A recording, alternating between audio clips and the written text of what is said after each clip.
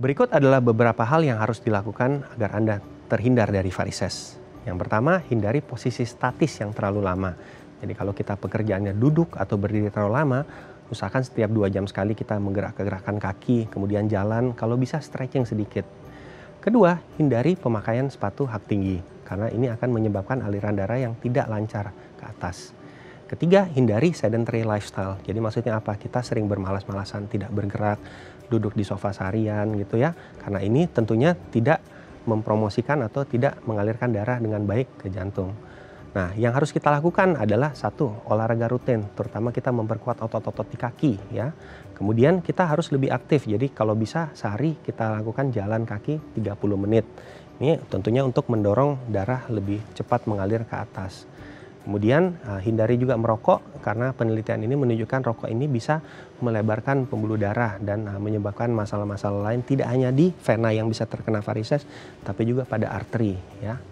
Kemudian juga hindari berat badan yang berlebihan atau obesitas karena ini akan menyebabkan tekanan dalam perut lebih tinggi sehingga darah dari bawah akan lebih susah untuk mengalir ke atas.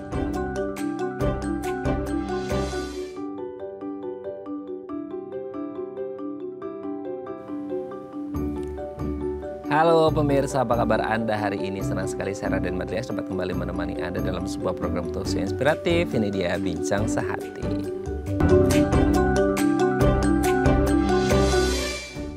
Ya pemirsa, pasti Anda sering mendengar atau sering melihat orang mengalami varises. Ini dalam pandangan kita, ini jujur ya, waktu saya kecil tuh ngeliat orang varises tuh kirain di kakinya ada cacing gitu ya. Karena sangat mengerikan gitu kan, apa ya, bahasa Inggrisnya itu melengkur-melengkur gitu ya. Kayak ada cacingnya, kayak ada ulernya gitu ya di dalamnya. Nah sebenarnya apa sih itu varises, apa penyebabnya, dan bahaya nggak sih? Karena mungkin selama ini banyak orang melihat bahwasanya varises ini dari sisi kosmetiknya ya atau estetiknya itu kayak kurang, visualnya itu kurang gitu ya. Tapi apakah hanya sebatas kosmetik atau sebenarnya ada bahaya yang lebih mengancam gitu ya dari kondisi varises ini sendiri? Dan pertanyaan selanjutnya gini nih. Apakah varises itu hanya bisa terjadi di kaki saja yang mungkin selama ini prevalensinya paling banyak kita lihat di kaki gitu ya? Atau sebenarnya juga bisa muncul di titik-titik yang lain? Makanya hari ini kita akan membahas kalau sudah muncul varises gimana sih cara menghilangkan atau mengatasinya. Tapi sebelum bahas itu kita akan bahas terlebih dahulu nih beberapa mitos atau fakta seputar varises. Nah untuk membahasnya telah hadir bersama kami di studio Bincang Sehati ada Dr. Yuliardi Limengka BMed SC, dokter spesialis bedah, subspesialis bedah vaskular dan endovaskular dari Indonesia Vein Center. Selamat pagi Dr. Yuliardi, apa kabar dok? Baik Mas Raden, selamat pagi. Selamat datang di Bincang Sehati. Terima kasih. Oke dok, hari ini kita akan membahas tentang agak percacing-cacingan kalau kata saya dulu waktu kecil ya. Tapi nggak ngerti ini mungkin bukan cacingnya gitu ya, tapi ada kondisi yang lain. Sebelum bahas itu kita bahas mitos faktanya dulu ya dok ya. Boleh, seputar silakan. varises. Yang pertama, varises adalah hal yang normal atau wajar ketika orang sudah mulai menua. Gini, kan ada anggapan atau asumsi di masyarakat kita, meskipun ini nggak boleh jadi stereotip di masyarakat ya. Karena kalau udah masuk usia lansia itu karena proses aging, degeneratif, ya penuaan lah gitu. Jadi semua hal di tubuh kita ini jadi berkurang fungsi atau kinerjanya. Nah salah satunya mungkin ketika terjadi varises. Dan mungkin karena kebanyakan dari kita melihat banyak kasus varises itu terjadi pada lansia. Sehingga kita berpikir, oh hal yang normal ya kalau lansia ini mengalami varises. Betul nggak sih dok? Sebenarnya jawabannya bisa iya, bisa tidak. Oh gitu bisa iya, ya. bisa tidak. Jadi sebenarnya kalau kita lihat varises ini sebenarnya pipa kan, pipa pembuluh darah ya, vena yang akan membawa darah kembali ke jantung. Nah, performanya ini ditentukan sama pompa airnya ya. Jadi kalau misalnya dari atas ke bawah, kita punya pompa jantung ya. Tapi kalau dari bawah ke atas, pompa yang ada di kaki kita tuh adalah sebenarnya otot-otot betis. Ya, jadi otot betis ini adalah jantung di kaki sebenarnya gitu ya. Nah, jadi kalau misalnya lansia ini kita lihat umur 60-70 masih suka aktif, berjalan kemana-mana, biasanya varisesnya cenderung tidak muncul. Ya. Tapi kalau misalnya kadang-kadang kan kita orang Indonesia ya misalnya, oh ibu udah tua, ibu nggak usah ngapa-ngapain. Ya kamarnya jangan di lantai 2, di bawah aja, nggak usah terlalu banyak jalan, istirahat aja. Nah otot-otot itu tidak dipakai. Sedangkan kita kan ada kondisi namanya sarkopenia gitu. Setiap tahun ada 1-3% otot yang hilang. Nah jadi kalau misalnya dia sudah tidak mampu memompa itu, darahnya stagnan di situ, terjadilah varises. Nah, jadi bisa iya bisa tidak, tergantung orang tuanya kita seperti apa gitu. Dok, menarik nih ya. Ini tadi saya jadi kepikiran dokter menyebutkan, orang tua kita jangan taruh di lantai 2, lantai 1. Ini kan fakta yang terjadi di lapangan pemirsa ya. Betul jadi sekali. kayak ini juga harusnya jadi edukasi ke masyarakat kita. Dok, kasihan kalau ke lantai 2 harus naik tangga gitu. Nah, berarti ada efek dong dok antara mungkin lansia yang mungkin mobilitasnya berkurang gara-gara mungkin selesai kerja atau pensiun. Sehingga salah satu caranya adalah dengan memberikan kamar di atas itu bisa ngefek juga ke kakinya sehingga tidak terjadi varises. Oh iya, jadi kalau saya cenderung menganut yang kalau misalnya orang tua kita itu harus lebih aktif. Kenapa? Karena tadi otot itu akan hilang kalau tidak dipakai gitu. Jadi kalau misalnya dengan naik turun tangga, ya ini kan akan melatih otot juga kan gitu. Kalau perlu ya kita, kalau bisa pagi itu 2 atau 3 kali naik turun tangganya gitu, biar untuk melatih gitu ya. Jadi kalau itu tidak dilatih, ototnya mengecil ya pasti akan terjadi varises ini. Harus dipastikan keamanannya juga ya pemirsa. Jadi jangan harus ke lantai 2 tapi nggak ada handrailnya kan agak susah juga ya. Betul. Jadi kalau kayak mungkin agak kalau keluar rumah itu agak susah gitu ya. Kalau di rumah semisal keliling rumah atau mungkin di rumah ada treadmill yang mungkin kecepatannya bawah itu bisa diatur, itu oke nggak sih dok? Oh sangat bagus, apalagi kalau misalnya kita bisa atur ada incline-nya ya, sedikit menanjak, berarti kan otot bagian depan akan lebih terpakai. Nah itu sangat bagus untuk kesehatan pembuluh darah di kaki. Oke, jadi intinya adalah kalau sudah lansia itu jangan hanya diem aja ya, harus tetap mobile gitu ya. Bukan berarti kita memorsir tenaganya apa di rumah tapi demi kesehatannya juga. Itu sangat penting ya. Meskipun seperti yang Mas Raden bilang tadi, memang pasti ada kondisi yang tumpang tindih, misalnya nyeri di lutut, udah gampang jatuh atau gimana ya, itu kita harus pastikan keamanannya dulu ya sebelum kita paksa, oh ibu harus naik turun tangga ya gitu. Kita lihat dulu kondisinya. Iya, jangan lagi osteoporosis juga disuruh gitu ya. Jadi memang harus disesuaikan dengan kondisinya masing-masing gitu ya. Oke dok, kita lanjut yang kedua ya. Wanita paling banyak katanya mengalami varises. Wah, ini gara-gara katanya semasa mudanya pakai high heels dok gitu ya. Nah ini gimana kan sometimes beauty is pain gitu, gitu ya. Nggak ngerti sih itu beneran fakta atau mitos, gimana nih dok? Ini saya bisa jawab straightforward, fakta. Oh wow, jadi secara statistik wanita ini memang 3 kali lipat lebih banyak menderita varises daripada laki-laki ya. Meskipun varisesnya ini bisa bervariasi ya gitu. Di dunia ini diperkirakan populasi varises itu sekitar 60-85% ya. Jadi datanya campur-campur gitu memang.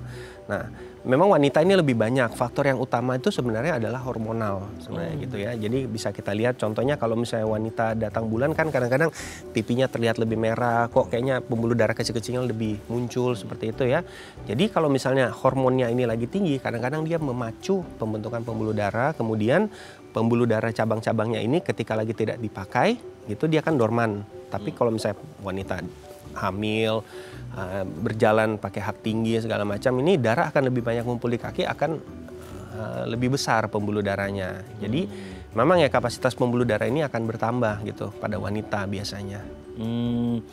Oke, kalau secara hormonal agak susah ya dok ya, karena itu sudah gift-nya wanita seperti itu. Tapi mungkin kan tidak semua wanita mengalami varises. Kalau secara hormonal berarti kayak setiap wanita itu bisa jadi beda-beda kondisi hormonnya nggak sih dok? Bisa, tentu bisa gitu. Jadi kita tidak bisa pungkiri ya bahwa pasti kan ada siklus datang bulan, haid segala macam gitu ya. Nah cuman ya ini tergantung juga wanitanya. Jadi ada faktor genetik di belakangnya yang memperkuat atau tidak ya gitu.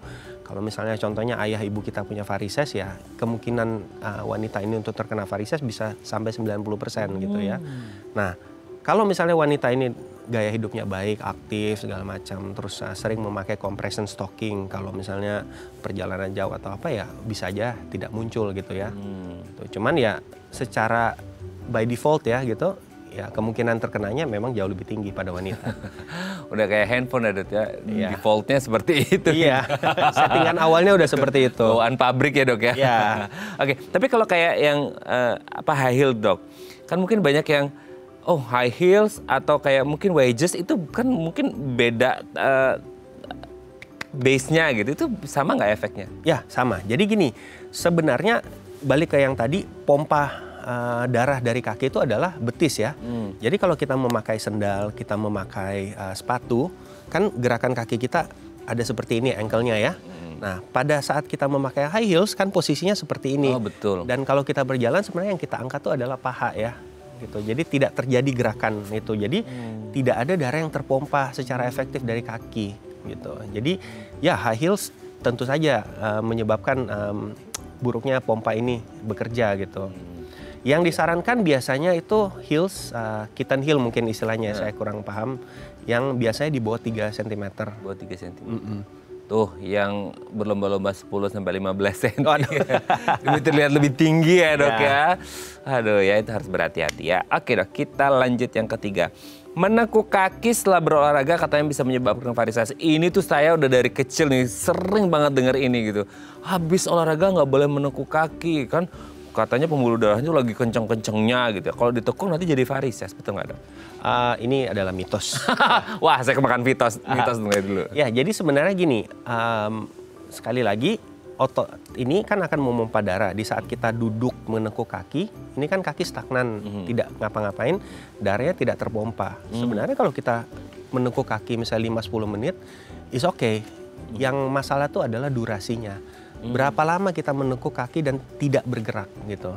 Jadi kalau kita tidak bergerak, darahnya akan terkumpul di bawah terus makin banyak, ya darahnya nggak kemana-mana gitu. Jadi yang lebih penting adalah durasi, bukan gerakan menekuknya gitu.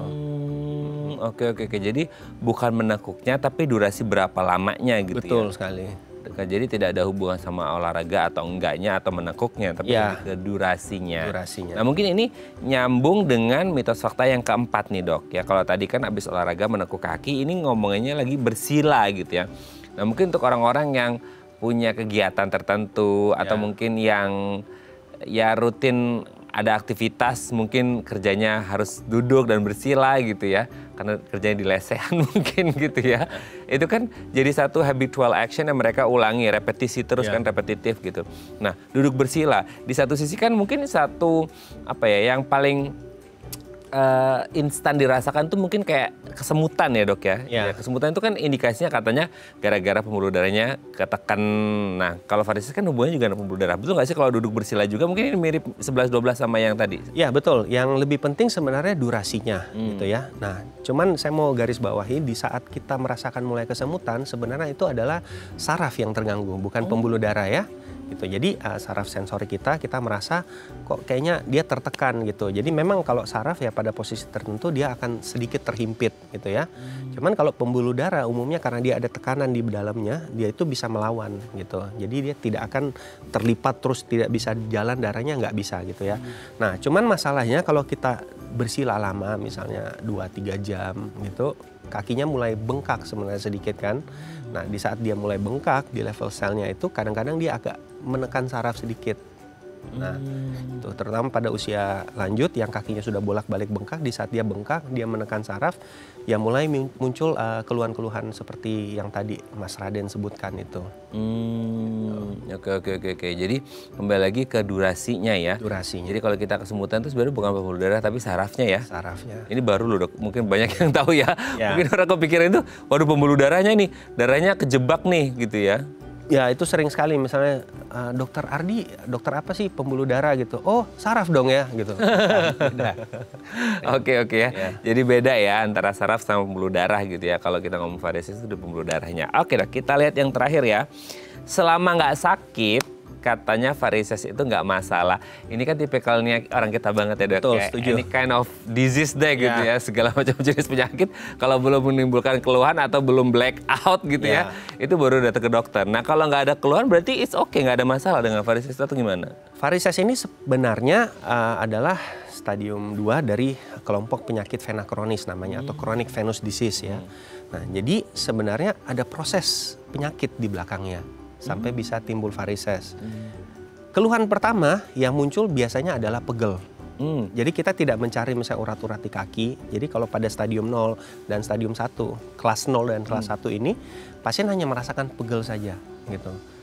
Kita tidak mencari urat-urat gitu. Jadi biasanya mulai nyeri itu kalau misalnya stadium 2-nya itu kadang-kadang sudah mengganggu aktivitas. Jadi kalau misalnya pasien udah berdiri lama, duduk lama gitu ya, pekerjaan misalnya teller, satpam, polisi segala macam gitu. Kamu niaga tuh berdiri terus. Iya gitu. udah berdiri lama jadi sakit gitu. Jadi sekali lagi durasinya berapa lama dia berdiri yang bikin sakit ini gitu. Jadi kalau misalnya dia belum merasa sakit, bukan berarti tidak ada apa-apa. Proses penyakitnya tetap berjalan gitu. Oke. Tapi kan mungkin gini dok, ini tuh orang kita nggak tahu hebat kayaknya ya gitu. Banyak ilmunya. Kebal kayaknya ya. Jadi kalau kayak pegal itu kan mungkin bagi mereka agak clueless ya kalau langsung menuju bahwa ini akan jadi varises kan gitu. Jadi kayak pegal itu sekadar capek kerja, capek berdiri aja gitu. Wajar gitu kan ya. Padahal ini bisa jadi menuju ke varises gitu ya, dan itu mungkin kondisi yang akan lebih berbahaya kalau tidak ditangani dengan baik gitu. Betul. Ya. Oke, jadi harus berhati-hati kalau kaki Anda mulai pegel-pegel, yang notabene mungkin orang pegel habis berdiri, tidur, di bawah istirahat mungkin akan recovered ya, maksudnya nggak pegel lagi. Tapi kalau varises dia akan stay ya. Ya, jadi di saat kita tidur posisi jantung dan kaki ini rata kan, darah ini gampang sekali balik ke jantung. Dibandingkan kalau kita berdiri, darahnya harus melawan gravitasi ya. Jadi selama kita tidur, kaki diangkat segala macamnya pasti memang akan relief. Tapi di saat kita turun dari kasur lagi, mulai berdiri, gravitasi mulai bekerja ya darahnya ke bawah lagi. Gitu. Jadi memang akan bolak-balik kalau misalnya tidak ditangani. Gitu. Saya agak sering sih dok, saya di kamar saya naikin kakinya ke tembok, itu bagus gak sih dok? Itu bagus gitu sebenarnya gitu, karena darahnya lebih cepat balik. Jadi kalau misalnya pegel-pegel pasti cepat hilangnya biasanya. Oke, thank you dok sudah terjawab mitos faktanya ya. Nanti kita lanjut ngomongin tentang varises di segmen selanjutnya. Oke pemirsa, kami akan kembali saat lagi, tetap bersama kami di Bincang Sehati.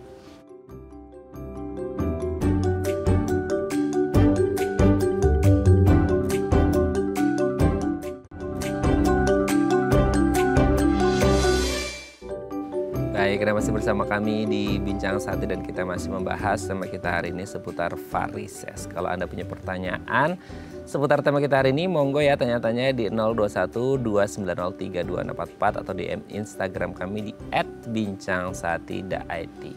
Kita masih bersama dengan Dr. Yuliardi Limengka, BMed SC, dokter spesialis bedah, subspesialis bedah vaskular dan endovaskular dari Indonesia Vein Center. Oke dok, tadi kan sedikit banyak kita udah bahas seputar varises, tapi kalau by definition secara medis lebih detailnya lagi, varises ini kondisi yang seperti apa sih dok? Kan itu agak mengerikan ya bagi sebagian orang itu secara kosmetik, estetik itu visualnya tuh enggak gitu ya. Tapi kan ya kita nggak hanya ngomong kosmetiknya aja, dalam artian secara medis kondisi ini bisa berbahaya atau enggak gitu. Nah ini definisi secara medisnya gimana dok? Jadi sebenarnya sebelum terjadi varises, yang nampak di kaki kita itu adalah sebenarnya tadinya adalah pembuluh darah normal, vena normal ya. Tugasnya adalah membawa darah kembali ke jantung. Nah, di kaki kita ini ada pembuluh darah vena dalam dan vena luar. Vena dalam umumnya aman. Kenapa? Karena dia diselimuti sama otot. Seperti yang saya bilang tadi, jadi kalau tiap kali kita berjalan, otot ini seperti memeras pembuluh darahnya, jadi dia bisa naik ke atas. Nah, yang kecenderungan terjadi varises ini sebenarnya adalah pembuluh darah yang di luar, yang dilapisi oleh lemak. Ya, nah di saat kita kaki tadi bersila, berdiri lama segala macam gitu, nah ini tidak ada yang mendorong darah di pembuluh darah yang di luar ini kan. Akibatnya apa? Pembuluh darah vena itu mempunyai katup. Jadi katupnya itu seperti katup satu arah, dia pintu ngebuka ketutup ya. Jadi kalau darah naik ke atas dia akan membuka, kemudian dia akan menutup lagi untuk mencegah darahnya turun ke bawah ya. Nah di saat pembuluh darah yang mulai membesar, melebar, katup ini dia tidak bertemu di tengah lagi kan, ada jarak. Ada space di situ ya. Makanya ini kita udah bilang insufisiensi katup namanya. Jadi dia sudah tidak bisa menjalankan fungsinya. Jadi darah udah didorong ke atas, sebagian akan turun lagi ke bawah gitu ya. Nah di saat ini dia akan memicu untuk pembuluh darahnya makin melebar lagi. Jadi lingkaran setan seperti itu kan. Jadi makin lama lebar. Kalau tekanannya makin tinggi dia akan mulai berkelok-kelok karena dia mencari ruang untuk flow-nya dia. Jadi itu yang menimbulkan di kulit itu banyak yang seperti cacing-cacing tadi itu ya. Nah dok, ini tuh yang menarik ya, mungkin bagi sebagian orang nggak tahu ya, pembuluh darah itu kan semacam kayak tadi kan dokter Yuliardi mengatakan ini kayak pipa gitu atau selangnya gitu ya, di mana ada aliran darah dan lain sebagainya. Nah tadi juga disebutkan salah satu faktornya itu gara-gara si katupnya ini karena melebar gitu, jadi akhirnya si katupnya ini nggak bisa menahan supaya dia nggak turun lagi nih pembuluh darahnya gitu. Nah sebenarnya katup itu posisinya banyak atau enggak sih dok? Karena kan kayak Oh, kalau nggak ketutup ini kan mungkin ada katup di atasnya gitu yang bisa nutup atau gimana? Pertanyaannya sangat bagus sekali. Jadi sepanjang kaki ini sebenarnya ada katupnya bisa sampai 10 gitu. Jadi tergantung lokasinya di mana, dan di pembuluh darah luar dan dalam ini ada katupnya juga. Jadi mereka semuanya sinergi, semua saling bahu-membahu bawa ke atas gitu lah. Kalau misalnya kayak tukang bangunan kan biasa kan suka ngasih ember kan. Nih ngasih estafet satu-satu estafet seperti itu. Jadi dia estafet dorong ke atas. Nah, di saat yang di atas ini mulai rusak, berarti kan bebannya ini kasih yang ke bawahnya kan. Nah, bawah ini satu saat dia nggak bisa nahan lagi. Dia akan mulai lebar, ngebuka lagi. Dia akan ngasih beban ke bawahnya lagi. Jadi memang ada dua teori. Ada yang dari atas dia turun ke bawah. Ada juga dari bawah dia turun naik ke atas untuk merusak katupnya gitu. Jadi katup satu rusak, dia akan menyebabkan katup yang lain rusak juga gitu. Oh, gara-gara satu orang ya nilai rusak susu sebelah. Betul. Gitu ya. Karena kan akhirnya harus ada orang yang ya dia harus handling over the kerjaannya si yang satunya gitu. Ya. Karena harus job desk-nya nambah. Betul, gitu job desk-nya nambah. Benar sekali. Oke, kalau yang pembuluh darah dalam kan dia ada bantuan otot untuk ikut memeras, memompa lah bahasanya. Yang di luar kan lemak aja. Berarti lemak ini nggak ada fungsinya untuk ikut ngebantu mompa, Dok? Nggak, sebenarnya ada. Jadi kalau misalnya by default gini, saya selalu kasih analogi seperti itu adalah jalan tol dan jalan biasa. Jalan biasa punya fungsinya sendiri ya. Misalnya jalan tol punya fungsinya sendiri. Jadi jalan tol ini alirannya pasti satu arah gitu ya. Nah, tadinya jalan luar tol ini juga satu arah. Cuman seiring berkembangnya waktu tiba-tiba mulai ada angkot, mulai ada motor yang melawan arah gitu loh. Akibatnya jadi melambat seperti itu. Jadi fungsinya sebenarnya ada untuk sirkulasi dari kulit, dari lemak segala macam kan ini dilalui oleh darah juga kan. Itu normalnya itu dibawa oleh pembuluh darah yang luar ini. Jadi by default dia ada fungsinya sebenarnya. Cuman karena dia sudah menyalahi fungsinya, makanya kita mencari cara gimana caranya biar darahnya bisa efektif balik lagi ke jantung. Oh, oke. Nah, yang pertanyaan selanjutnya adalah siapa saja yang akhirnya berisiko, karena kan kalau di dalam kan orang mungkin nggak ngerti ya Dok, ya makanya pembuluh darah saya ototnya aman nggak ya, ini lemaknya bisa berfungsi nggak ya, ada anomali nggak di situ gitu ya. Itu hanya berbatas pada yang tadi kita bahas, orang yang berdiri lama lah dan lain segala macam, atau mungkin ada orang-orang dengan kondisi khusus yang akhirnya mereka juga rentan gitu. Ya, jadi sebenarnya balik ke yang tadi, populasi yang terkena varises ini sebenarnya 65-80%, meskipun dia terkenanya, ini saya ngomong varises bahasa awam ya, maksudnya terkena penyakit vena kronis ya, jadi bisa dari kelas 0 sampai kelas 6, stadium 0 sampai stadium 6, itu sekitar 65-80%. Nah, ini tidak semua memang butuh tindakan, jadi ada yang misalnya ya ringan, bahasa awamnya nggak usah diapa-apain gitu ya. Nah, kita hanya bisa tahu itu dari USG, jadi kadang-kadang tidak langsung muncul gitu ya. Nah, jadi dari sekian persen populasi yang tadi itu, yang pasti wanita tuh udah pasti beresiko ya 3 kali lipat. Pekerja kantoran ya, karena duduk seharian. Wow. Ya, pekerja yang berdiri, teller, pramusaji, satpam, tentara, polisi seharian tuh berdiri ya, itu pasti beresiko. Jadi ya wajar kalau misalnya mau masuk tentara atau polisi dicek dulu kan biasa ada varises atau tidak gitu, karena ya pasti akan memperburuk performanya gitu. Kemudian atlet yang ya jangan salah gitu. Jadi kalau misalnya orang-orang yang olahraganya high impact ya, itu pasti ada kecenderungan untuk venanya melebar gitu. Hanya khusus untuk yang kayak pelari yang jalan cepat yang dia mengandalkan ini, atau bisa jadi yang kayak nggak berlaku untuk kayak yang perenang atau apa gitu yang tidak terlalu menopang? Olahraga yang sebenarnya bagus untuk kesehatan pembuluh darah di kaki itu adalah yang low impact tapi mempercepat aliran darah. Jadi contohnya seperti sepeda, renang, dan jalan cepat ya. Nah, yang high impact seperti lari, main bola, tenis, paddle ya sekarang itu. Lagi hibur. Nah, itu beresiko. Tapi bukan berarti semua yang main paddle itu sekarang pasti akan kena varises, tidak gitu. Maksudnya ya itu mempertinggi resiko aja. Kalau ototnya kita bagus, gerakannya kita bagus, apa segala macam ya belum tentu itu akan muncul juga. Jadi jangan sampai takut olahraga justru. Iya, kan lagi FOMO Dok sekarang. Iya. Nah, FOMO-nya jangan terlalu high impact ya. Apalagi kalau FOMO-nya tidak dibarengi dengan how to train well-nya itu ya. Kalau overuse, overtrain malah bisa jadi berabe urusannya, bisa jadi varises. Oke dong, nanti kita lanjut lagi ya di segmen selanjutnya ya. Oke pemirsa, kami akan kembali saat lagi tetap bersama kami di Bincang Saat ini.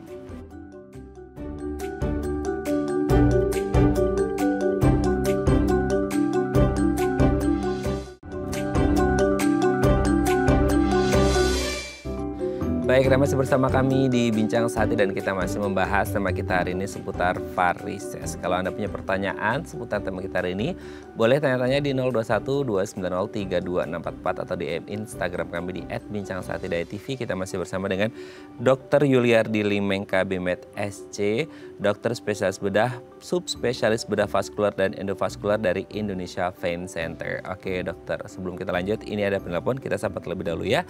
Halo, selamat pagi. Dengan siapa di mana? Pagi dokter, saya Yeni. Ibu Yeni di mana Bu? Dari Sunter. Sunter. Umur saya 70. Iya Bu. Berat saya, tinggi saya 152, beratnya 51. Yang saya mau nanyakan begini dokter, saya ini varises kira-kira hampir 10 tahun. Lantas saya ini apakah varises, terus saya udah ke dokter. Dokter bilang operasi, laser atau suntik, tapi saya takut. Lantas dia bilang ya terakhir pakai stocking aja kalau mau jalan. Memang kalau jalan sakit begitu. Lantas katanya, saya mau nanya nih dokter, apakah benar saya ini kebanyakan jalan pagi over, jadi keluar varises, begitu aja dok. Oke, kita tanya ke dokter dulu ya Bu Yeni ya. Dokter yang ditanyakan? Bu Yeni udah punya anak berapa ya? Anak 1. Anak 1 ya. Kemudian dulu ingat nggak orang tuanya dulu punya varises juga nggak? Enggak. Nggak punya ya sama sekali Enggak. ya? Oke. Keluhan selain nyeri ada kehitaman di kaki atau tidak? Kenapa? Ada kehitaman di kaki nggak? Warnanya mulai lebih gelap, bintik-bintik? Nggak ada ya? Enggak, cuman ini uratnya pada keluar aja. Uratnya pada keluar ya? Kalau misalnya Ibu naik pesawat lama gitu atau perjalanan naik mobil lama gitu, kakinya suka berasa lebih bengkak nggak? Kan saya udah pakai stocking, jadi nggak berasa. Oke, stockingnya dipakai tiap hari ya? Kalau saya mau keluar aja, kalau di rumah enggak. Oke, baik. Udah jelas dok? Udah jelas ya. Oke, baik, terima kasih Bu Yeni yang ada di Jakarta. Kita akan coba jawab ya. Terima kasih, semoga sehat selalu. Oke, gimana nih dok? Sudah 10 tahun varises dok.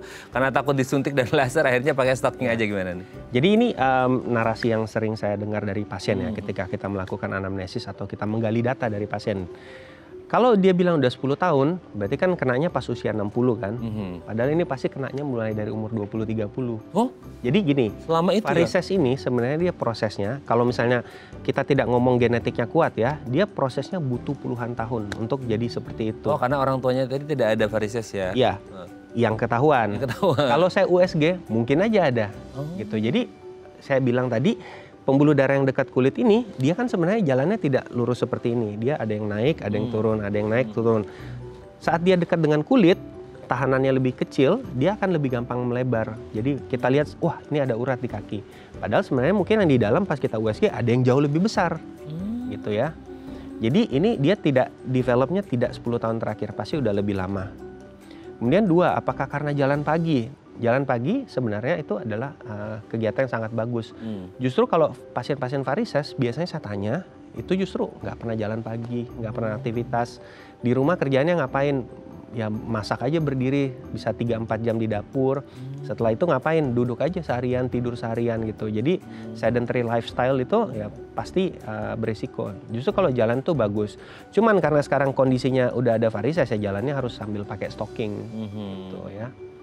Oke, berarti kalau kayak kondisi Bu Yeni ini apa yang harus dilakukan? Apakah hanya pakai stocking saja selamanya atau sebenarnya laser atau operasi tidak semenakutkan itu atau gimana dok? Gitu. Jadi sebenarnya gini, stocking itu fungsinya adalah kita menekan pembuluh darah yang di luar agar darahnya masuk ke dalam. Jadi contohnya tadi bantu ya. Iya. Jadi tadi jalan mobil-mobil yang di luar tol ini saya paksa masuk jalan tol semua. Karena saya tahu jalan tol ini pasti dia lancar. Gitu, dia nggak akan berhenti tersedat-sedat jalannya gitu. Nah, jadi stocking ini bisa jadi solusi permanen, bisa jadi solusi sementara juga untuk kebanyakan pasien. Cuman kita harus ingat stocking ini tidak menyembuhkan. Jadi kalau stockingnya kita lepas tadi seperti kata Bu Yeni tadi, ya varisesnya muncul lagi, nggak kelihatan lagi gitu. Nah, Sebenarnya yang pertama harus dilakukan adalah kita USG. Saya yakin Ibu Yeni kalau udah ditawarkan tindakan ya pasti sudah ke dokter ya. Nah, kita USG dari pangkal paha. Jadi di mana sumber varisesnya biasanya muncul, kita telusuri sampai ke bawah. Sumbernya dari mana, kerusakannya sejauh apa, seekstensif apa. Nah, yang kita lakukan biasanya pembuluh darah yang besar yang di atas 3 mili itu biasa harus kita ablasi atau kita tutup permanen gitu. Jadi cara yang paling tinggi efektivitasnya 98% gitu dalam 5 tahun keberhasilannya itu adalah thermal. Thermal itu bisa laser, radiofrekuensi, microwave sekarang ya ada gitu. Nah, kemudian sisa-sisanya ini bisa kita lakukan skleroterapi atau kita suntik. Di suntik ini biasanya disarankan pada pembuluh darah yang kecil dan tidak terlalu banyak gitu ya. Jadi kalau misalnya sudah ditawarkan tadi laser dan suntik, berarti pasti ibu ini ada varises yang besar dan kecilnya gitu. Ya. Oke. Dok, tadi juga kan pas lagi nanya ke Bu Yeni, salah satu pertanyaannya punya anak berapa? Berarti lahiran, let's say kayak yang normal juga pengaruh atau gimana? Bukan lahirnya, jadi gini, penelitiannya itu kalau anaknya itu minimal 3 itu kemungkinan varisesnya lebih tinggi, gitu aja. Kalau penelitiannya bilang jadi kalau pas saat kita hamil, tadi balik ke hormon lagi, tadi hormonnya itu lagi tinggi-tingginya, kemudian satu lagi pas di perut ini dia kan menekan pembuluh darah yang di perut. Darah yang dari bawah ini lebih susah untuk ngelewatin perut, jadi ada tahanan di situ. Oke ya. Oke, semoga ini bisa menjawab pertanyaan Bu Yeni ya. Dan semoga sehat selalu. Kalau mungkin sudah berani, bisa lah langsung tindakan ya dok ya. Ya, sebenarnya tadi ngomong soal berani atau tidak gitu, habis tindakan laser itu bisa langsung jalan. Jadi tidak ada downtime, tidak ada istirahat. Dan ini berbeda dengan teknik operasi zaman dulu di mana kita cabut semua pembuluh darahnya. Setelah ablasi ini pasien tidak ada downtime sama sekali. Silakan beraktivitas seperti biasa. Oh ya, jadi harus sudah berani ya karena langsung bisa beraktivitas. Nanti bolehlah langsung ketemu Dr. Yuliardi ya. Gak jauh ini kan di Jakarta ya. Terima kasih sudah menghubungi kami. Noh, itu tuh menarik ya. Kalau akhirnya di usia 60 tapi terjadi awalnya itu 20 sampai 30. Nah, sebenarnya itu dari puluhan tahun itu yang dirasa orang ini apa sekadar maksudnya pegel-pegel aja, itu puluhan tahun pegel kan agak PR juga ya, atau kayak udah mulai ada guratan-guratan di kaki atau gimana? Nah, jadi biasanya urat-urat ini atau ya varises ini mungkin munculnya belakangan biasanya. Jadi di saat usia muda mungkin pasien tersebut masih aktif, sering jalan, ototnya masih kuat ya. Nah, di atas usia 40 kita kan mulai kena sarkopenia seperti saya jelasin tadi. Ototnya ini mulai berkurang, kemampuan mompanya udah mulai jelek. Nah, itu baru mulai terasa karena darahnya lebih banyak nongkrong di kaki.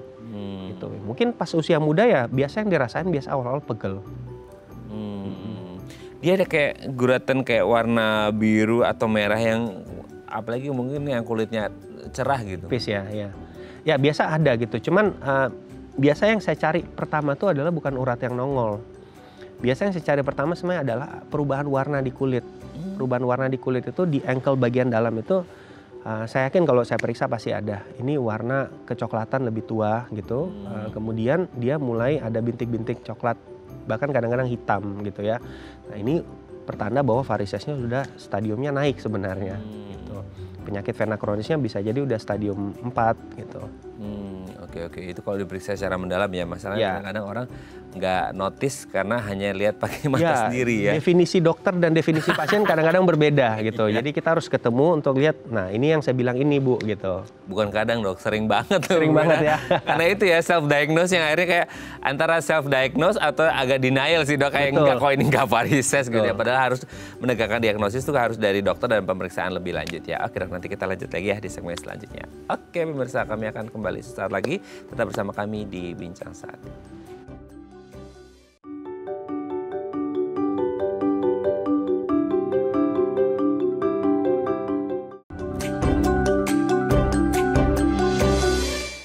Baik, Anda masih bersama kami di Bincang Saat dan kita masih membahas tema kita hari ini seputar varises. Kalau Anda punya pertanyaan seputar tema kita hari ini, boleh ya tanya-tanya di 021-290-3244 atau DM Instagram kami di @bincangsaat.tv. Kita masih bersama dengan Dr. Yuliardi Limengka, BMed SC, dokter spesialis bedah, subspesialis bedah vaskular dan endovaskular dari Indonesia Vein Center. Oke dok, kalau akhirnya kan prosesnya ternyata lama banget ya, bahkan bisa puluhan tahun kayak mungkin kasus dari Bu Yeni gitu ya. Nah, itu tuh kalau dibiarkan aja dok, dengan pembiaran gitu ya. Mungkin kan oke lah, di satu sisi orang ngerasa pegal-pegal. Tapi kan ya lagi-lagi ya, mungkin pain tolerance orang juga kan beda-beda gitu. Betul ya. sekali. Ada orang juga yang mungkin dengan secara instan mereka cuma minum obat pereda nyeri gitu ya untuk ngilangin pegelnya atau nyerinya gitu. Nah, kalau dibiarkan lama gitu, tidak diapa-apain gitu ya, hanya ya simptomatik aja gitu, kalau pegel ya dipakai apa gitu. Itu bisa berbahaya nggak sih si varises ini sendiri, Dok? Bisa. Jadi varises ini yang diketahui awam kan muncul urat-urat di kaki itu sebenarnya adalah kelas 2 atau stadium 2 gitu. Dan ini bisa berlanjut kalau misalnya dia mulai bengkak, ada perubahan warna di kulit kaki gitu, dan terakhir stadium 6 itu adalah muncul borok, luka yang tidak sembuh di kaki gitu ya. Orang pasti cenderung kalau misalnya kayak masalahnya saya bilang nih ada luka di kaki nggak sembuh, pasti mikirnya kencing manis gitu, diabetes gitu ya. Padahal tidak, sebenarnya lebih banyak luka ini yang disebabkan karena varises gitu ya. Jadi karena darahnya nggak bisa naik ke atas, darah yang tersedia di bawah adalah darah yang oksigen dan nutrisinya udah selesai dipakai, jadi udah darah bekas gitu. Nah itu yang di recycle terus sama kulit. Nah kulit nggak mendapatkan nutrisi cukup, akhirnya lama-kelamaan dia akan menjadi luka atau borok di situ. Nah jadi dia bisa berlanjut sampai stadium 6 itu gitu. Kemudian beberapa faktor resiko, maksudnya komplikasi lainnya yang bisa timbul adalah satu, misalnya kalau terjadi infeksi selulitis. Orang biasa kalau misalnya digigit serangga ya 1 atau 2 hari kan merahnya hilang gitu ya. Nah ini bisa lebay reaksinya, bisa sampai 2-3 minggu merah bengkak sekali gitu ya. Kemudian yang komplikasi agak jarang tapi pernah saya temui beberapa kali adalah muncul DVT namanya. Jadi DVT, deep vein thrombosis. Jadi di jalan tol yang tadi, vena dalam itu muncul bekuan darah yang menyumbat total. Kaki tiba-tiba jadi bengkak kayak balon seperti itu. Nah itu biasanya akibat varises yang tidak ditangani gitu. Itu ibarat kata gini, Dok, kalau kita ngomongin kayak selangnya, itu kalau dijor-jorin terus dengan air, ibarat katanya itu darahnya, kan takutnya kita itu meledak, pecah gitu ya. Nah kalau pembuluh darah varises ini kalau airnya nggak bisa naik-naik terus tertampung di situ, bisa pecah nggak sih pembuluh darahnya? Nah untungnya ini selang pembuluh darah ini tidak sekaku selang atau pipa lainnya yang kalau tekanannya tinggi dia pakai burst gitu pecah gitu ya, enggak ya. Jadi dia itu akan justru cenderung membuat cabang baru gitu. Pembuluh darah di kaki kita ini ada banyak gitu, banyak sekali gitu. Nah jadi ntar dia akan mengisi cabang yang kecil, kemudian cabang kecil ini makin besar lagi. Di saat dia udah terlalu besar nggak bisa nampung lagi, dia akan bagi ke cabang yang lebih kecil lagi. Jadi makanya varises itu tidak satu pipa yang lurus, dia biasanya ada berkelok-kelok gitu. Berkelok-kelok itu karena dia membuat jalur baru ya? Betul sekali. Karena overload sudahannya. Ya, betul ya. Kalau kita macet ya kita cari jalan lain dong gitu. Jalan tikusnya. Jalan tikusnya. Oke, Dok, sebelum lanjut ini ada DM Instagram ya dari pemirsa, kita bacakan ini dari Pak Rido. Dok, usia saya 40 dan di tangan saya itu mulai ada guratan kayak guratan urat. Oh ini di tangan ya justru ya, guratan urat yang menonjol. Tapi kalau tangannya dinaikin ke atas guratannya hilang. Oh masih gini ya? Ya. Nah, itu ada alvarises nggak, apa itu normal? Nah ini juga menarik nih, Dok. Sama tadi saya hampir lupa juga nanya ya. Terjadi hanya di kaki saja atau di tangan juga? Ini kasusnya kayak Pak Rido nih, gimana, Dok? Ya, jadi per definisi yang di tangan itu bukan varises biasanya karena kebetulan venanya, pembuluh darahnya besar aja, kemudian letaknya superficial ya. Kalau misalnya definisi varises itu adalah vena yang tadinya normal tapi sudah jadi tidak normal karena tidak bisa menjalankan fungsinya lagi. Sedangkan ini tangan ini biasanya umumnya karena lebih dekat dari jantung dan kita umumnya tangan lebih mobile ya, bergerak segala macam, darah akan cepat mengalirnya. Berbeda dengan yang di kaki. Tapi ya tadi balik ke pertanyaannya, varises bisa terjadi di tempat lain nggak ya? Bisa gitu.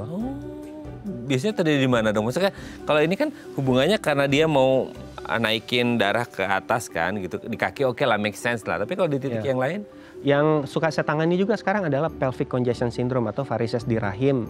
Ya, atau misalnya di cowok bisa jadinya varikokel juga gitu. Jadi darah di sekitar perut ini ada yang mau naik ke atas, dia tidak bisa, dia malah turun ke bawah. Tapi sebelum turun ke kaki, dia akan darahnya tertampung di daerah pelvis dulu gitu, di daerah rahim. Gitu. Jadi ya kita bilang ya varises rahim. Gitu. Kemudian pada pasien-pasien yang gagal hati ya atau sirosis gitu, darahnya mau balik ke sirkulasi sistemik itu tidak bisa tertahan di situ. Akibatnya dia jadi ke atas ke kerongkongan yang kita bilang varises esophagus. Jadi kalau misalnya orang yang suka muntah darah gitu waktu kita lihat karena ada sirosis segala macam ya itu ada varises biasanya di sekitar kerongkongannya. Berarti kalau kayak case-nya Pak Rido ini tadi bukan varises ya dok ya? Bukan varises. Jadi kalau kita lihat misalnya bodybuilder ya. Urat-urat keluar itu bukan berarti dok ya? Bukan, tidak semua urat yang keluar itu adalah varises. Jadi sering sekali kayak dok ini varises bukan. Ya kalau tangan saya bisa 100% jawab bukan biasanya. Oke. Jadi bukan Pak Rido ya. Jangan overthinking ya. Mungkin itu karena Anda sering nge-gym kali ya. Jadi muscular gitu ya. Kan masalahnya kemana-mana gitu ya. Oke, terima kasih sudah menghubungi kami Pak Rido dan semoga sehat selalu. Oke, dan nanti kita lanjut lagi ya di segmen terakhir. Oke, pemirsa kami akan kembali saat lagi tetap bersama kami di Bincang Saat.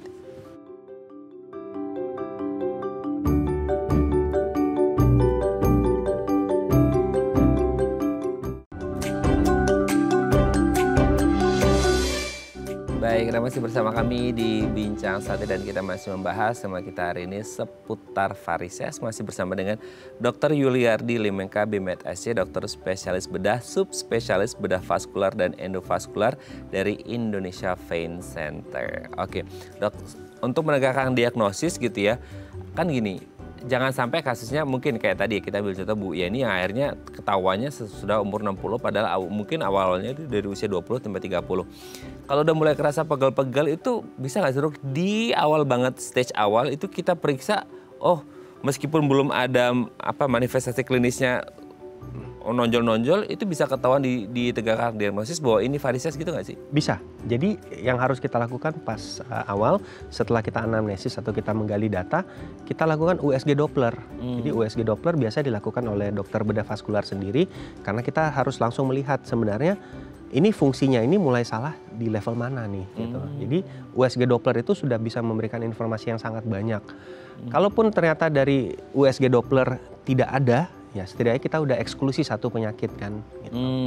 Jadi USG Doppler ini adalah pemeriksaan yang sangat penting untuk screening awal. Jadi kalau dari screening awal tuh dia bisa preventif sehingga tidak muncul guratan-guratan gitu bisa? Betul sekali. Nah ini yang kadang-kadang di-miss karena Indonesia kan kita fasenya masih treating bukan preventing gitu ya. Jadi karena ya puluhan tahun lalu misalnya tidak diapa-apain, kejadian sekarang ya kita harus tangani gitu ya. Cuman kalau misalnya masih muda sekarang, ya saya saranin satu ya harus lebih aktif itu sama pakai stocking kalau bisa. Masalahnya itu bukan preventing, treatingnya pun udah di kayak ujung hari banget gitu ya. Gitu. Udah berangkal baru datang. Nah kalau datang nih, kemudian entah dari early stage atau udah mulai berangkal gitu, ketika ditegakkan diagnosis, ini varises, biasanya pengobatannya, tindakannya seperti apa? Kan tadi kita sempat juga dengar case dari Bu Yeni bahwa harus disuntik, harus di laser dan lain sebagainya. Ini kan ada opsional untuk treatmentnya atau gimana dok? Ya, ada opsional. Yang pertama biasa kita tawarkan ke pasien, apalagi kalau pasiennya masih muda, aktif gitu adalah ya coba ganti gaya hidup dulu gitu. Jadi kalau misalnya di kantor duduk seharian, coba 2 jam sekali berdiri, jalan-jalan, stretching gitu. Kalau misalnya banyak berdiri ya usahakan ya bergerak, jangan di satu posisi terus. Kemudian kalau misalnya malas olahraga ya kita olahraga, jadi don't skip leg day. Jadi kita harus memperkuat otot-otot kaki dulu gitu ya. Ya idealnya seperti itu dulu. Kalau misalnya tidak bisa ya kita tambahkan stocking. Pemakaian stocking ini justru pada saat beraktivitas. Dari mulai bangun tidur, malam sebelum tidur baru dilepas. Nah ini kebanyakan pasien juga salah. Dipakainya pas lagi tidur, kenapa? Karena lagi pegel-pegelnya baru saya pakai. Salah, jadi kita harus pakai itu sebelum pegel justru ya. Kalau ini tidak berhasil, baru kita masuk ke terapi, tindakan gitu ya. Kalau misalnya zaman dulu kita operasi gitu untuk varises yang besar ya, di atas 3 mili, itu dilakukan sayatan, kemudian pembuluh darah kita tarik keluar. Nah ini kan agak nyeri dan pasien ya rasanya nggak enak gitu. Saya mau suruh jalan setelah tindakan juga kadang-kadang pasien, aduh dok masih agak sakit. Dan serem duluan dong mereka. Dan serem duluan ya, padahal sebenarnya nggak seserem itu sih. Nah akhirnya dipikirkan bagaimana caranya kita matikan aliran ini tapi tanpa sayatan. Jadi dibuatlah teknologi atau tindakan endovaskular gitu. Jadi endovenus kita masukkan alatnya ke dalam pembuluh darah seperti kateterisasi, kemudian kita matikan alirannya dari dalam. Caranya ada banyak macam, seperti yang saya sebut tadi, salah satu adalah thermal yang paling bagus ya. Nah yang lebih baru lagi adalah dengan lem gitu. Jadi kita cor, kita masukkan ke dalam, kemudian kita tekan, pembuluh darah tadi yang besar seperti ini, dia akan kolaps seperti ini. Toh darahnya jadi nggak bisa lewat. Hasil akhirnya, tujuan akhirnya tetap tercapai gitu. Kalau darahnya nggak bisa lewat, terus harus lewat jalur mana, Dok? Dia akan lewat jalan tol tadi. Oh, ya. Dia bisa milih sendiri jalurnya otomatis? Jadi ya kita diversi aliran. Jadi pas dia mau masuk, pintu tol awalnya ini saya udah tutup. Gate tolnya ditutup? Iya, betul. Oke. Jadi dia akan jalan jalur yang baru atau gimana? Dia akan melewat, maksudnya jalan biasanya saya tutup, dia akan masuk lewat pintu tol itu.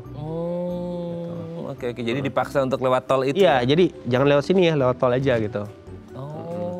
Keren banget ya. Nah, kalau akhirnya mereka sudah menjalani ini, ada nggak posibilitas kedepannya muncul lagi? Ya, satu kalau misalnya genetiknya kuat ya, ini bisa muncul lagi. Tapi biasa butuh tahunan sampai puluhan tahun baru muncul lagi. Kedua, kalau misalnya ada kondisi yang memicu, misalnya contohnya satu tumor kan bisa tadi, atau misalnya sudah pernah terkena DVT sebelumnya, ya ini lebih besar kemungkinan untuk bisa muncul lagi. Tapi ya tentunya ada langkah-langkah preventif yang bisa kita kerjakan ya biar tidak muncul gitu. Oke. Kalaupun akhirnya orang ini varises sudah parah banget dan kondisinya lagi hamil, Dok, itu perlu penanganan atau skip dulu nih nanti setelah? Ya, pertanyaan yang bagus nih. Jadi sebenarnya kalau misalnya pas hamil terus varisesnya parah gitu ya, biasa saya tanya dulu sebelum hamil nih udah ada belum gitu ya. Nah, kalau misalnya kita udah ada terus hamil, dia akan memperburuk gitu. Sebisa mungkin biasanya saya suruh tahan sampai selesai kehamilan, baru kita lihat nanti biasanya varisesnya agak ngecil dikit, nah itu yang kita kejar. Tapi kalau misalnya sudah parah sekali, kaki bengkak, bolak-balik, udah mulai ada perubahan warna, ada ulcerasi gitu, itu bisa kita tangani. Karena sebenarnya EVLA atau laser varises ini bisa dengan anestesi lokal, bius lokal. Jadi tidak seseram itu. Kalau misalnya dia pun bermasalah, misalnya aduh takut sakit segala macam, ya kita bisa pakai lem. Lem itu tadi itu sangat cepat pengerjaannya, bisa cuma 5 menit satu kaki. Oh, ya, cepat sekali. Cepat sekali. Nah, untuk kalau proses lahirannya harus sesar atau bisa normal? Kalau misalnya varisesnya di kaki aja, bisa sesar, bisa normal, tidak ada masalah, tidak akan pengaruh. Oh, berarti kalau masalah kalau tadi ya ada di rahimnya ya, Dok? Ya, kalau ada di rahim ya kita harus lihat dulu konfigurasinya seperti apa. Tapi kan sebenarnya pemeriksaan itu harus kita CT scan dulu ya. Cuman kan kalau lagi hamil ya susah disuruh CT scan biasanya gitu. Oke. Jadi kondisinya tetap harus dikonsultasikan ke dokter. Betul. Untuk mengetahui jalan terbaiknya seperti apa. Karena kan mungkin ada dari satu treatment yang satu ke treatment yang lain itu berbeda, kondisi pasien juga berbeda-beda kondisinya. Oke, terima kasih Dr. Yuliardi. Hari ini kita membahas banyak, mungkin ini case yang dilematis ya untuk orang-orang yang punya pekerjaan yang harus berdiri kayak teller di bank atau pamuniaga atau segala macam yang mungkin harus berdiri banyak, atau justru kebalikannya orang-orang di kantornya yang duduk seharian. Nah ini mungkin itulah balance-nya ya, yang berdiri harus sedikit duduk, yang duduk juga sedikit stretching berdiri gitu ya supaya balance dan supaya tidak mengalami varises. Thank you, Dok. Sehat terus. Salam untuk keluarga di rumah dan teman-teman di Indonesia Vein Center. Selamat pagi. Selamat pagi. Oke, pemirsa, itu tadi perbincangan kita dengan Dr. Yuliardi. Semoga bermanfaat ya. Dan jangan lupa untuk terus menyaksikan konten-konten inspiratif kami di platform The Eye Plus. Saya Raden Batlias pamit. Sampai jumpa dan selamat kembali beraktivitas di hari Rabu yang indah ini. Ingat, kalau kebanyakan berdiri harus duduk. Kalau kebanyakan duduk harus berdiri. Semuanya balance. Sampai jumpa.